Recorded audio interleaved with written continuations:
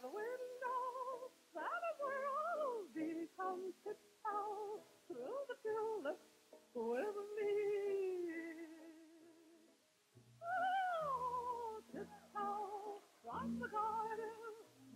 Anímate a escucharlo. Come tiptoe through the tulips.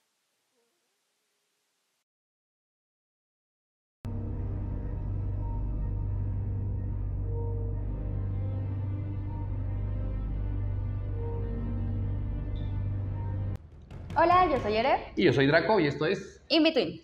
Y el día de hoy vamos a hablar del terror, pero desde la psicología, en la animación y un poquito en general, todo lo que tiene que ver con la historia, porque hay que entenderlo primero para después ya poderlo aplicar hacia animación, que nos interesa mucho. Así que empiezo con una pregunta. ¿A ti qué es lo que te da terror o a qué le atribuirías el terror en una película, en un libro o en una animación? Es que, bueno, hablando de terror, me voy al psicológico, ¿no? Al que me deja pensar. Pero algo que así de momento como que me da como miedo, como que da como el... Es este espacio donde como que te vas acercando y dices, ahí va a salir algo, es que ahí va a salir algo, y te pones así, pero ves exactamente lo mismo, y es como de... Y me sudan las manos, o que el sonido que ponen, todo eso es como de, oh, qué cosa. Eso es lo que a mí me da una ñañara, que... Sí, va creciendo, ¿no? Todo increciendo esta parte del suspenso. Sí. Y cuando estamos hablando de películas, de animación, tiene mucho que ver el ambiente que se va creando con música, con color, escenario, el mismo personaje, etc. Pero todo eso obedece psicológicamente, sobre todo a lo que nos puede provocar miedo. Y cada vez se ha vuelto más difícil porque a través del avance en la humanidad, los miedos han ido perdiendo.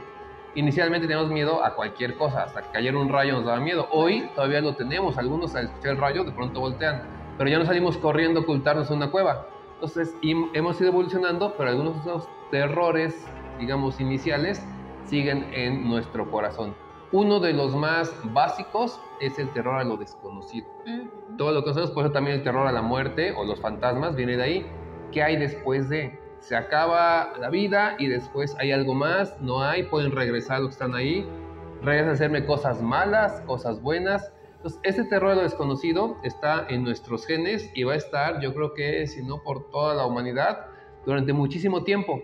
También implica, por ejemplo, el terror a meterse al mar, parte de ahí, no sabemos qué hay en el mar, mucha gente tiene ese terror. La talasofobia, ¿no? ¿Qué es? Exacto, y casi cualquier terror parte de eso, lo que no podemos ubicar, conocer, comprender o explicar. Y generalmente lo que hemos hecho como sociedad es atribuírselo a algo magnífico, divino, metafísico, filosófico, pero algo es lo que está ahí en la oscuridad, en la muerte, en el agua y en mil cosas más. Entonces ahí es donde inicia esta parte del terror, pero como dije, antes había un terror clásico que era el terror a la oscuridad. Lo hemos ido perdiendo porque cada vez hay más luz por todos lados. Es difícil quedarse a oscuras. Porque luego decimos, no es que en la casa se fue la luz, pero no estás a oscuras como cuando vivías en un rancho y se iba la luz o te quedabas sin velas, ahí todo era total penumbra. Aquí todavía llega un poco de luz de otros lugares, esta contaminación lumínica que le llamamos, que hace que no sea tan terrorífica la falta de luz. Y que son recursos que nos sirven en películas, como para crear el ambiente. ¿Del ambiente qué nos puedes contar? Por supuesto, más que nada podemos observarlo en varias películas, es interesante hacer como este análisis, que de repente cuando tenemos escenas o en las películas de terror suelen ser muy oscuras, suelen tirar hacia colores muy fríos. Es extraño que haya de repente algo cálido, a menos que quieran dar como un alto contraste, o de repente al final de la película sale el sol, ¿no? Y es como esa analogía justo del color, de que lo frío, lo oscuro, lo que no sabemos porque está en esa oscuridad, y que justo es el terror más primitivo que tenemos, y que algunos todavía lo tenemos. Somos involucionados, ¿no? No, es nada más cuestión de costumbres. Pero pues aún así lo podemos reflejar tal cual en las películas, ¿no? Con colores fríos, muy poco brillo, un contraste tal vez un poco más alto, para no ver como que todo y que sea como desconocido, como dices.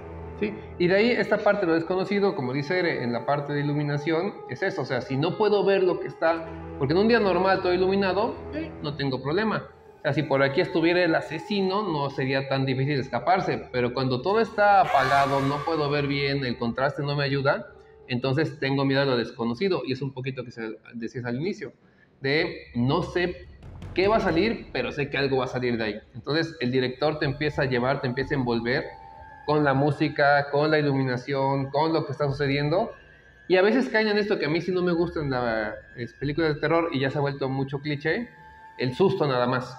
O sea, el primer que de pronto sale de la nada. El screamer, ¿no? Ajá, y sí te asusta, pero porque estás esperando algo, pero no te genera miedo, solamente un susto. Yo siento que las películas interesantes son las que te dejan pensando esa parte del miedo. Y ahí, otro tema en psicología muy importante es cuando se tocan temas que son sociales, o sea, algo que nos puede pasar a nosotros, que estamos sufriendo por algo que sí podría pasarnos, que sí podría llegar a sucedernos, algo que en la vida real, sin tantos fantasmas o algo así, nos podría afectar, que es un nuevo tipo de terror que ha surgido a últimas décadas, donde si hablamos de secuestros, torturas, digo, está esta película clásica de... Ahí se fue el nombre, iba a dar una descripción gráfica, pero mejor no me acuerdo del nombre y listo. Después decimos, pero es eso, o sea, van a lastimar a alguien, obviamente contra su voluntad, y sin que pueda hacer mucho. Eso también nos da terror porque, viene otro punto muy importante, psicológicamente, tendemos a empatizar con el protagonista, y entonces siento, me podría pasar. No es lo mismo que me pueda pasar el que de pronto aparezca un fantasma por ahí, no creo que me pase porque no vivo en una casa antigua de 200 años en Inglaterra, a que me pase el que un día voy por la calle y alguien de una secta me secuestra y me acaba haciendo cachitos, ¿no? Entonces, sí empatizamos más con las personas. Ahora, otra cosa, diseño de personajes, lo hablamos un poquito el programa pasado, pero para generar terror, ¿qué cambios se le hacen a un personaje cuando estamos armando? Bueno, sí suelen variar un poco, al menos a las personas no nos da miedo lo mismo, ¿no? Un ejemplo que generalmente digo, a mí las sonrisas grandes como que me causan como que así de, yo no confío en ti ni de nada. Entonces, a lo mejor los brazos largos, de repente las proporciones diferentes, que creo que lo habías mencionado antes de grabar, que las dimensiones distintas de repente en el cuerpo nos causan como que algo no está funcionando. Es esta parte también del umbral, ¿no? Del valle inquietante, incluso. Ajá. Que de repente nosotros estamos tan acostumbrados a ver cosas, o sea, vemos humanos perfectamente, pero si de repente vamos en la calle y algo como que dice así, ahora, como que de repente vemos, inserte la chica del avión de Soda, ya no es humano, de repente lo vemos con los ojos y es como de, está distinto, ¿no? Pero incluso tal vez si te lo ponen en pantalla te llega a inquietar un poco y nos empieza a dar un poco de terror. En Instagram hay un ilustrador, se llama Dibujante Nocturno, algo así, más o menos. Dibuja monstruos, criaturas y todo esto. También está John Kent y coinciden en lo mismo, en ojos pequeños. Que si quieres lograr como un monstruo que sí de miedo, que es así, el detalle importante son ojos pequeños. Como que eso te da un rasgo a que sí de miedo. ¿Por qué? No tengo idea, pero funciona. Sí, como animadores, como ilustradores, si van a generar personajes, piensen en esto. ¿Qué le cambio a un protagonista, un antagonista, para que empiece a dar miedo? No se trata nada más de tentáculos, colmillos, o sea, eso sería como irse al obvio. Pero hay otros que solamente con pequeños detallitos, pequeños cambios, sí generan una sensación más de ese temor. O sea, nos regresa a lo primitivo, que es un poco este principio.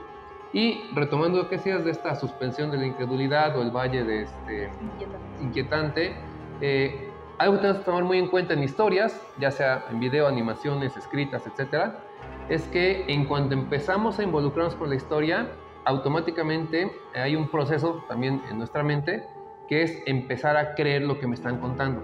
En la vida real todos conocemos uno que le contaron, no te creo, eso no pudo ser, y entonces ya no se puede continuar la historia. Pero hay otros que empiezas a contar y sin importar lo que estés diciendo, te van creyendo.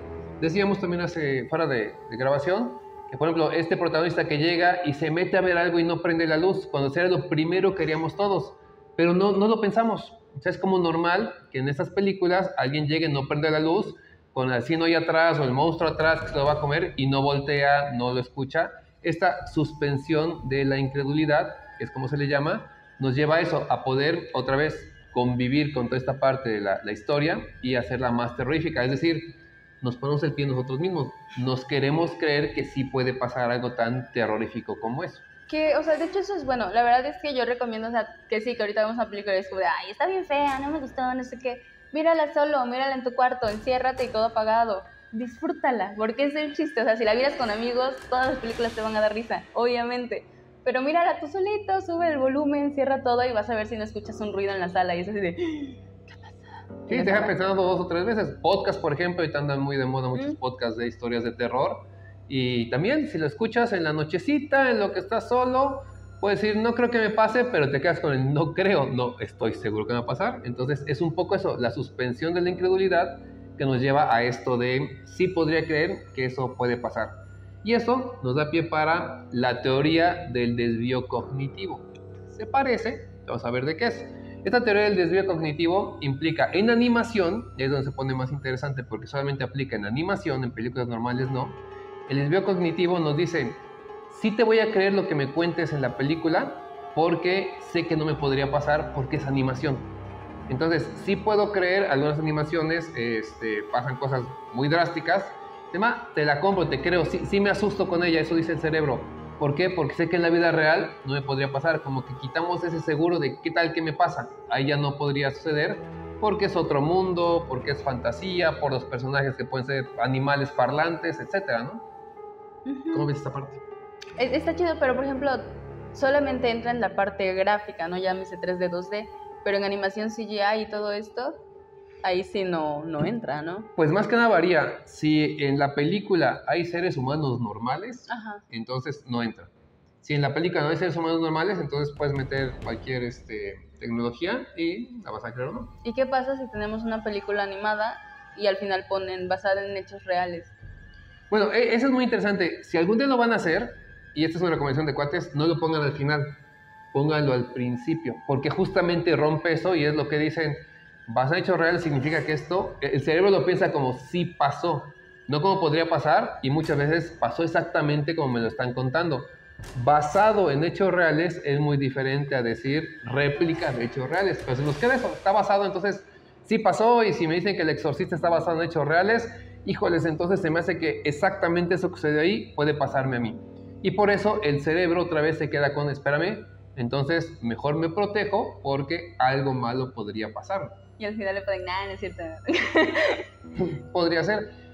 Nuestro cerebro, recordemos, y este es el núcleo del miedo, nace de un principio que teníamos cuando, según la teoría de evolución, ni siquiera Australopithecus, éramos reptiles, porque es el cerebro reptiliano.